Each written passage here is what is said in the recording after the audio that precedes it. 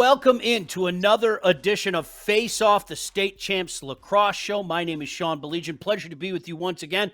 And as always, I am joined by the coach. He is the head man at Orchard Lake St. Mary's, Coach Greg Durham. And first of all, Coach, always a pleasure. We're getting down to the nitty-gritty now, aren't we? It's great to see some of these seeds and some of these potential playoff matches. It's upon us. Yeah, regular season's over for us. A couple teams are still playing regular season games this week. The big game on the slate this week is going to be Catholic Central at Forest Hill Central, Division I versus Division II matchup. Should be a great benchmark for both teams to see where they're at, and then that will springboard them into the playoffs. But yeah, overall, what a great weekend for lacrosse.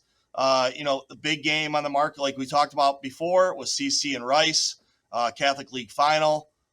Just a fantastic up and down game. CC gets the best of Rice. Rice's second loss of the season to their rival. Now they're 1-1 against each other, and it just kind of leads into the showdown that everybody wants to see. But I think, in our rankings and everything like that, I think Heartland's got something to say about that. I mean, they're the one team that could make this a miserable, and we'll talk about the playoffs in a second, because something else is different about CC2 that happened, and we'll mention that. But, great weekend, great game. CC pulls out the upset, and then Divine Child beat Gabriel Richard for the Cardinal Division. Really good matchups. And, like I said, great lacrosse, good atmosphere. They had their awards and stuff like that, but it was definitely something to see. 9-8 final. Detroit Catholic Central, as the coach mentioned, knocks off Brother Rice. And congratulations, Cardinal Division. Divine Child gets it done with an 18-10 victory over Father Gabriel Richard. Greg, with that being said, taking a look at the new rankings, some things are tightening up. I know there was conversation, especially after the 9-8 victory by Catholic Central. Maybe do we have a new number one, but I think we feel pretty good about keeping Brother Rice at that top spot. Yeah, they both beat each other. So I'm going to leave it as is, but they're 1-2. And then Heartland's at third rank. So you had the first top, you have all three Division I teams ranked 1, 2, 3. And it could be anybody's game. Heartland's got something to answer for. They want to repeat as champions. Brother Rice, like we said, this is their revenge tour. And CC just gets better every game, every week. And so it is going to be between these three. I mean, that's just my opinion, but I see those three leading the way as we talk about more of the playoffs. Then you got fourth, you got Forest Hill Central. No slouch. They're playing really well. Rockford, fifth, the other Division I team. That would be probably that fourth team, the anchor, that'll probably have to play either Rice or they'll probably have to play Rice in the semifinals if we get to that playoff situation. Then you got Country Day. They're the second best team in Division II. I really hope to see that matchup again, like last year, Forest Hill Central and Detroit Country Day. And then you got East Grand Rapids. Like we said, probably has something to say about it. You have Forest Hills Eastern, you got Grand Ledge, you got Clarkston, and you got a bunch of other teams too that could be in that mix. But this is kind of the rankings I feel are the best. Clarkston got a really good team. My team just played them on Monday. They just dominated the second quarter and took over the game, and I think they won. I think it was 14-6 or 16-8, I believe. But yeah, it's just unbelievable. We got a lot of good teams in the top 10, and there could be, you look at the top 20 and they're all solid teams. So I think that's really good for the boys division.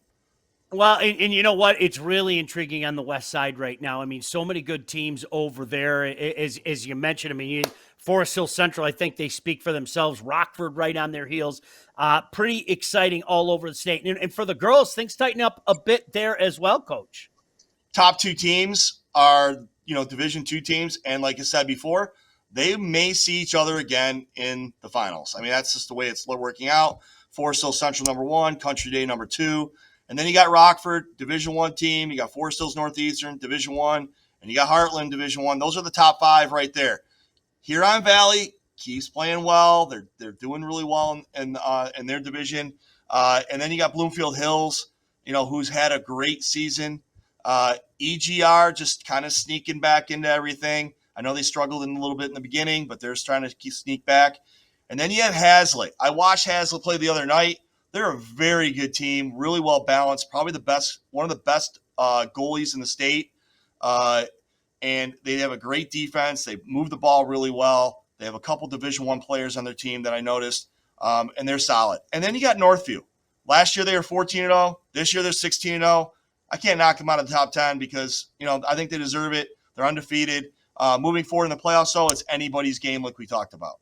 It's interesting. Some of the teams on the outside looking in as well, Coach Mercy, Brighton, Cranbrook, GRCC. To me, it's a testament of how big this game is getting and the competition out there. You can't really look past a lot of teams out there. No, the girls' playoffs, when we talk about it in a second, is really kind of balanced in some aspect. There's a couple regions here and there that are a little bit, that team's going to just roll kind of through. You kind of look at that. But I think a couple of them are like, wow, they got some tough teams in that region. It's going to be difficult for some of these teams to get all the way through. But like I said, I really see the Division II is what it's really going to be. It's going to be Forest Hill Central to me and Country Day. Not jumping the gun, but I really see those two teams as really too strong for anybody else to handle.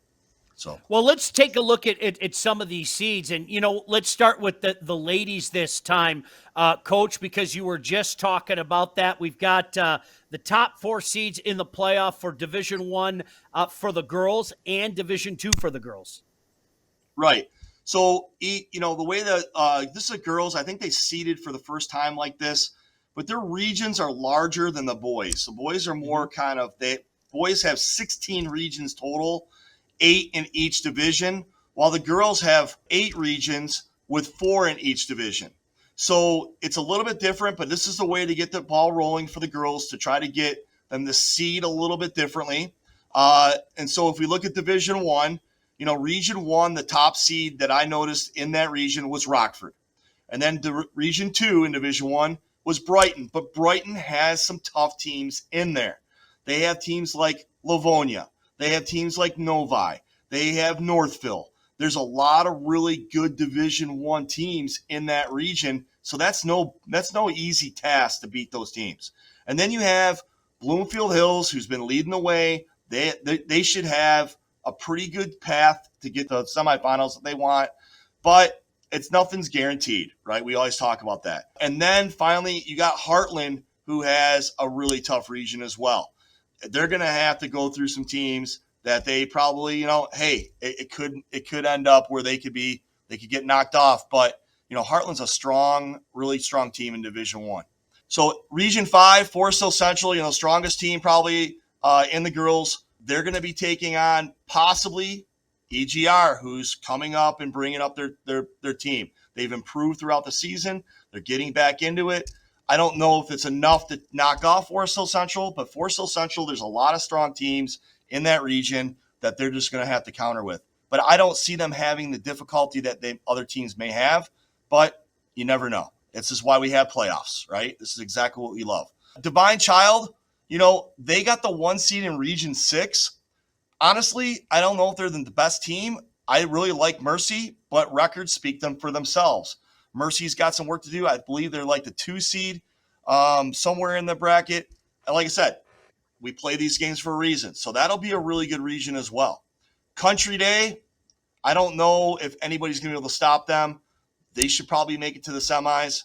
And then you have Hazlitt, who I really like. They're a very well-balanced team. Like I said, one of the best goalies in the state.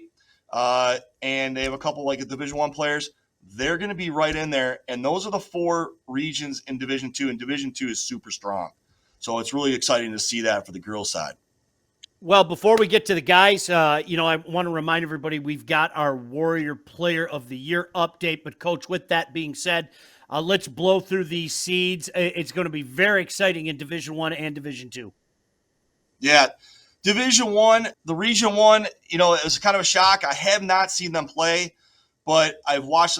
They have a great record. They played some good teams. They're the region, and that's Mona Shores. They're the number 1 seed. The team that they're going to probably have to beat to get out of their region is Hudsonville. Another West Side State team. So that region, pretty competitive. Region 2, Rockford. I don't foresee them having any issues. It's a good region, but Rockford's really good. I like Rockford a lot. Heartland is, probably the number 2 seed in Division 1. So what I mean by that is Rice is going to be the 1 seed, Heartland's 2. And so when they have the crossover matchups between the regions, they're going to be having the 8 seed and the 7 seed across the regions.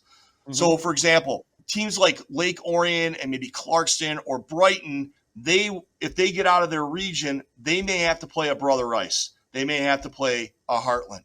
The team that is the kind of the outlier here is CC. CC, for some reason, is a 5th. They're the 5th seed overall in Division 1. And the reason being is they only played the minimal amount of games in state to qualify for the playoffs. So what I mean by that, you have to have half your games that you play in the regular season in state, and they had those. So they didn't know how to rank them. MPR is a little bit different than people watch lax numbers and other things like that. But I really think that CC, if they're going to get through to the finals, they're going to have to go through. It's going to go through Heartland. It's going to be CC and Heartland. They're going to have to go through each other. That's the way it's going to be. But watch out for teams like Lake Orion, who are well coached by Ron Hebert, who pulls out every little move in the world. They're going to be one of those teams that they're just going to keep sneaking through. So I'm just letting you know. Watch out for they're that team that could shock everybody. Okay, and then you got Clarkston, well deserved, really good team, one of the best face-off guys around. They should be right in there as well. But those are the top seeds in Division 1. Division 2, the number 1 seed in the whole Division 2 is Forest Hill Central. The number 2 seed in the whole region, in all the regions, is going to be Country Day.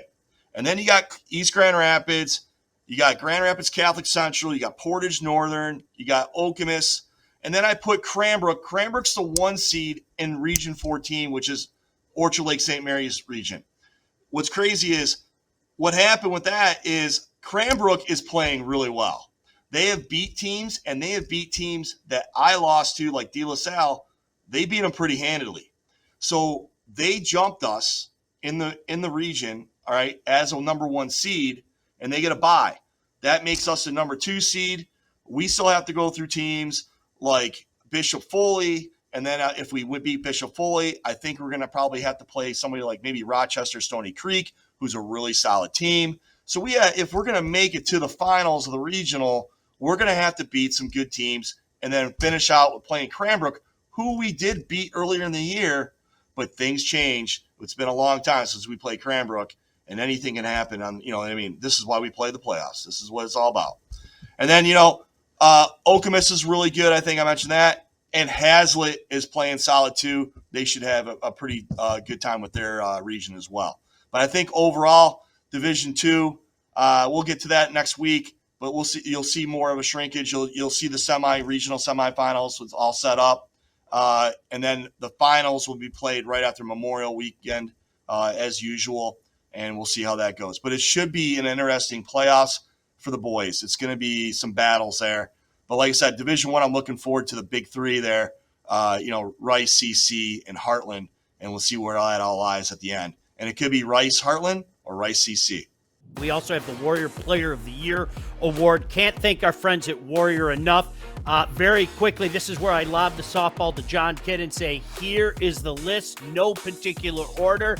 We didn't make any changes, but we are referring to this week as moving week. There are going to be some changes on this list.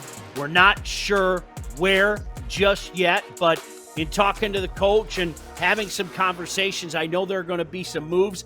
But with that being said, you can be a part of this. Make sure you go to the website, vote early, vote often, because the online winner automatically gets a free pass straight to the Final Four. So we cut this from 10 to 4. The online winner automatically in that Final Four. Coach, it's going to be difficult.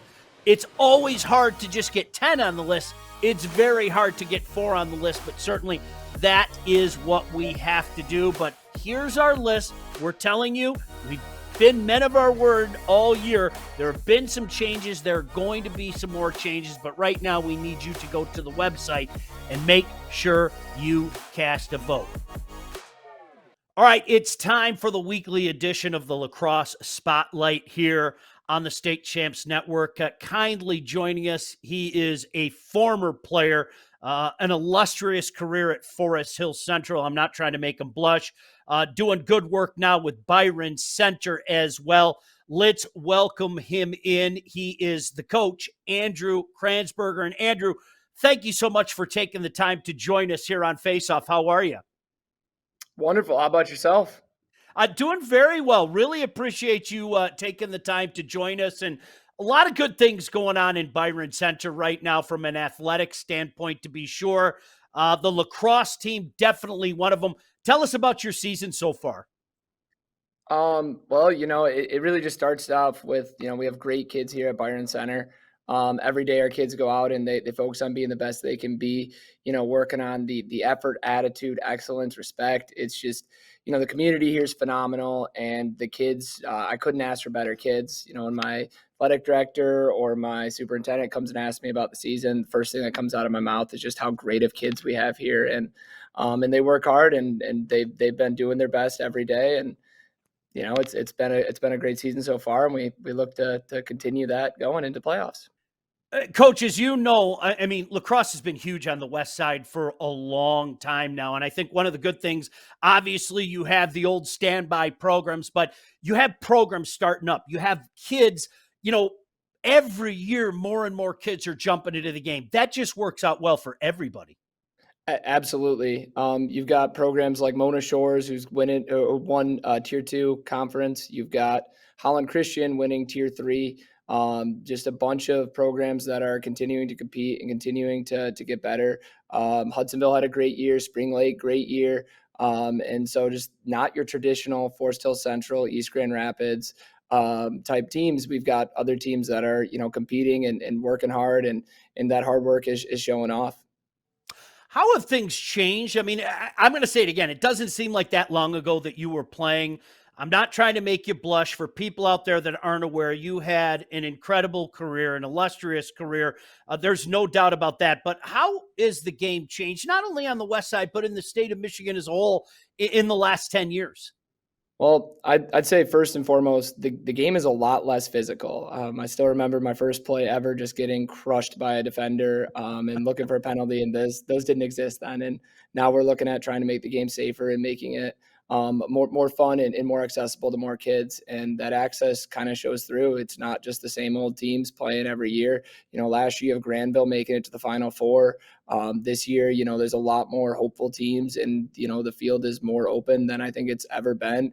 So really it's just, Grand Ledge having a heck of a year as well. You've got just programs left and right, just all over the state, kind of getting better and better and better. And that's just is continuing. And that wasn't the way it was when I was in high school. One of the things I love to see, Coach, I love to see the teams from different parts of the state get an opportunity to play. And it's a process with lacrosse, but certainly we see it in something that I follow closely with hockey. More and more of these tournaments, whether it be on the west side of the state, mid part of the state, or on the east side of the state, seeing these programs get together and seeing the best of the best play even during the season, that's a W for everybody. Yeah, you gotta love seeing the cross state games. East side goes to west side goes to east side, and even up north. There was a big tournament last weekend up in I think it was up in Traverse City, somewhere up north, where a bunch of teams went up there to go compete against someone different. And you see that with the in-state games and with some out-of-state games as well. Just looking for different competition, different guys to go and compete against, and try yourself out against them. The head coach at Byron Center kindly joining us today, Andrew Kransberger.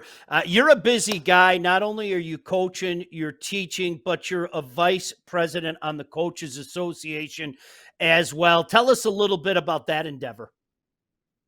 Yeah. So right now we're kind of getting towards the end of the year where All-State, All-American nominations will be due. We're working on working with the state to try and figure out a new location for the state championship. That's always something that is, a constant conversation. we're working to try and get a Hall of Fame, a physical Hall of Fame ready for the Michigan high school lacrosse. So we've got a lot of things that are going on right now. Really, it's just, coaches getting in their nominations, and then we'll be compiling those and looking for our all-state, trying to get the best to be making a team, and then from there going to All-American. Yeah, no disrespect to any place, but I'll tell you what, I think the sport has grown to such a point where it would be great to have that championship game, at that championship caliber location, if you will. I mean, no disrespect to where it's been, but my goodness, you see the caliber of players and you see the guys moving on now, Coach. I think that benefits everybody. Yeah, it would be awesome to have a cool location. I mean, right now we're at Howell Parker Middle School. I believe that's where it's at. It's been there for a while. I think it's at East Grand Rapids this year. But, getting one of those big, whether it's U of M or getting a cool location would be just awesome for the game. It'd be a great venue for those boys to kind of go out and be someplace that isn't a high school or middle school, and really go compete at something that is pretty awesome. So. One last thing before we let you go, and really appreciate your time, Coach. What's coming up for the Bulldogs? We always like to ask, whether it be Coach Durham or the coaches that are kind enough to join us, what does your upcoming schedule look like? So here you go. I know you're busy today, day of taping, and you're not too far away from a game this day, as a matter of fact. But what does your upcoming schedule look like for the Bulldogs? Well, tonight we got Hazlitt. It'll be our last regular season game. Hazlitt's a phenomenal team. They're very, very good defensively. They do a lot on offense that's going to be tough to defend as well. And then we look at playoffs. It's one at a time at that point. It's going to be Vicksburg a week from today. And hopefully we can give them a game and continue to play, because at that point, one and done. So you have to show up every single day. Andrew Kransberger, tremendous player, still giving back to this great game. We appreciate the time. Good luck today and beyond. And if you guys need anything, or the Coaches Association needs anything, we'll do all we can to help you as well. Thanks for your time, Coach. Absolutely. Thank you. The head coach at Byron Center, Andrew Kransberger, kindly joining us here. Before we get out of here, a couple of games that you have an eye on this weekend. Want to give you a chance to talk about them. Yeah, so Friday, 2 games on Friday, 1 boys, 1 girls. The 2 games that I would go watch if I had the chance to go watch. Friday, CC plays at Forest Hill Central. That should be a great game. I mean, that, Division I, Division II matchup like we talked about. Both are really good, talented teams. Both have great face-off guys. Both have great offenses, defenses, goalies. It's all balanced. And I'm telling you, that's going to be a great game. And it's going to be a really test to see where CC is and where Forest Hill Central is. Where are they going to guide themselves down the road? It could be a 1 or 2 goal game max. That's where I'm looking at that. And then on the girls' side, Mercy at Brighton. It's kind of a little setup. They're not the best 2 teams in girls, but it's the best matchup. It should be a good game. We had Steve Shimke a couple weeks ago on. I really like him. I like him as a coach. I think Mercy's going to, maybe make some noise in the playoffs. And they have to do, if they're going to do it, a good team for them to beat is Brighton. Brighton's starting to climb back as well. And that should be, I think, like I said, a good, solid game on the girls' end. Well, good luck to everybody out there. Coach, good luck to you. I know you're done looking ahead to the playoffs. I know some people have to figure out the rest of the regular slate, but good luck to everybody moving forward in the playoffs. We'll be here, of course. We'll also let you know about the Warrior Player of the Year. Coach, I know how busy you've been. Got a little sun. I think we could tell Coach Durham got a little sun. Now try to get a little bit of rest and get ready for what you hope to be a long playoff run. All right, for the coach, Greg Durham, special shout-out to John Kidd, who does everything around here. My name is Sean Baligian. Until next week, thanks for checking out Face Off, the lacrosse show here on State Champs. State Champs Face Off is presented by Lawrence Technological University. Be curious. Make magic. Visit ltu.edu. Face Off is also brought to you by the Michigan High School Athletic Association, promoting the value and values of educational athletics. The Michigan Army National Guard, a proud sponsor of the MHSAA. Warrior Lacrosse, Michigan-based, Michigan-built. Visit warrior.com. The Detroit Athletic Club Foundation Male and Female Athlete of the Year Awards. Who will be this year's award winners? Find out live June 5th, only on the State Champs Sports Network.